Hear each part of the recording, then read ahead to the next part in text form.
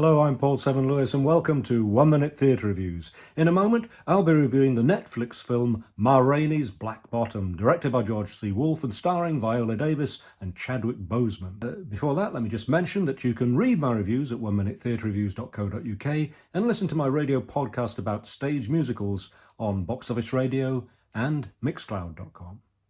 Ma Rainey's Black Bottom is a film of a play written by August Wilson in 1984, but set in the early 20th century. Denzel Washington is one of the producers, and he's known to be determined to bring all of the great August Wilson's plays to the screen. So how well did this play make the transition? If you saw the film of August Wilson's Fences, in which Denzel Washington himself starred, you'll have some idea of the style of this film. It's more akin to a play being filmed than a cinematic film, in that nearly everything happens on two sets. One is a recording studio, and the other the green room, in which the musicians chat and rehearse. And that need be a bad thing.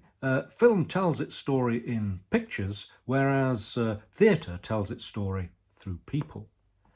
And this is about people, two in particular. Viola Davis as Ma Rainey is terrific. Ma Rainey is a successful blues singer in the Southern black community. She knows where she stands and what she wants. She's totally grounded. She's only in the recording studio because there's now interest in black music from northern white Americans, and she can earn a buck from it. They don't care nothing about me, she says. All they want is my voice. And if you know your musical history, you'll know that at that time people like Irving Berlin and George Gershwin were starting to write ragtime jazz, inspired by, or stolen from, if you prefer, black music. By contrast, we have the late Chadwick Boseman's horn player. He's a complex character, and for me, the more interesting of the two. He's confident, indeed cocky, about his ability to play and compose music. Even though he would be outstanding purely on the grounds of his playing, he still feels the need to dress to stand out, from his sharp suit right down to his flashy shoes.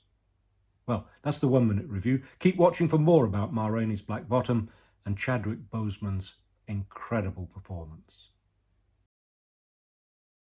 In Ma Rainey's Black Bottom, August Wilson shows us a time early in the 20th century when, although segregation was illegal in the North, racial prejudice and the sense that white people formed a superior class weren't.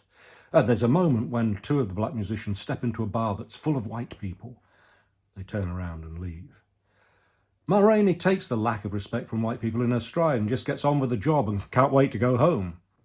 Chadwick Boseman's character, Levy, is more ambitious and sees opportunities in this new era where black music has a wider appeal, like the Black Bottom song and dance of the title.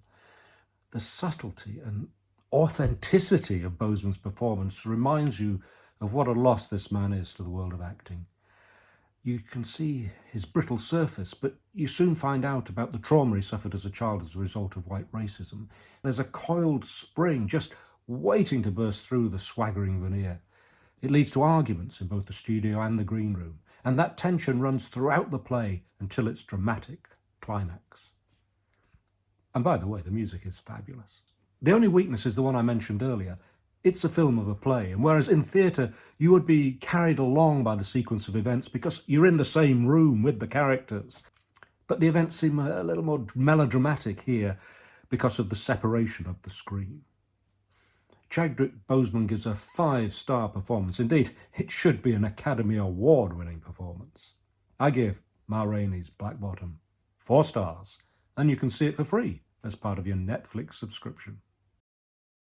Then subscribe to my YouTube channel, 1 Minute Theatre Reviews, and you'll be the first to know about new reviews and features. I also post on Twitter, Instagram and Facebook, and you can read my reviews on my website, 1minutetheatreReviews.co.uk. Thank you for watching.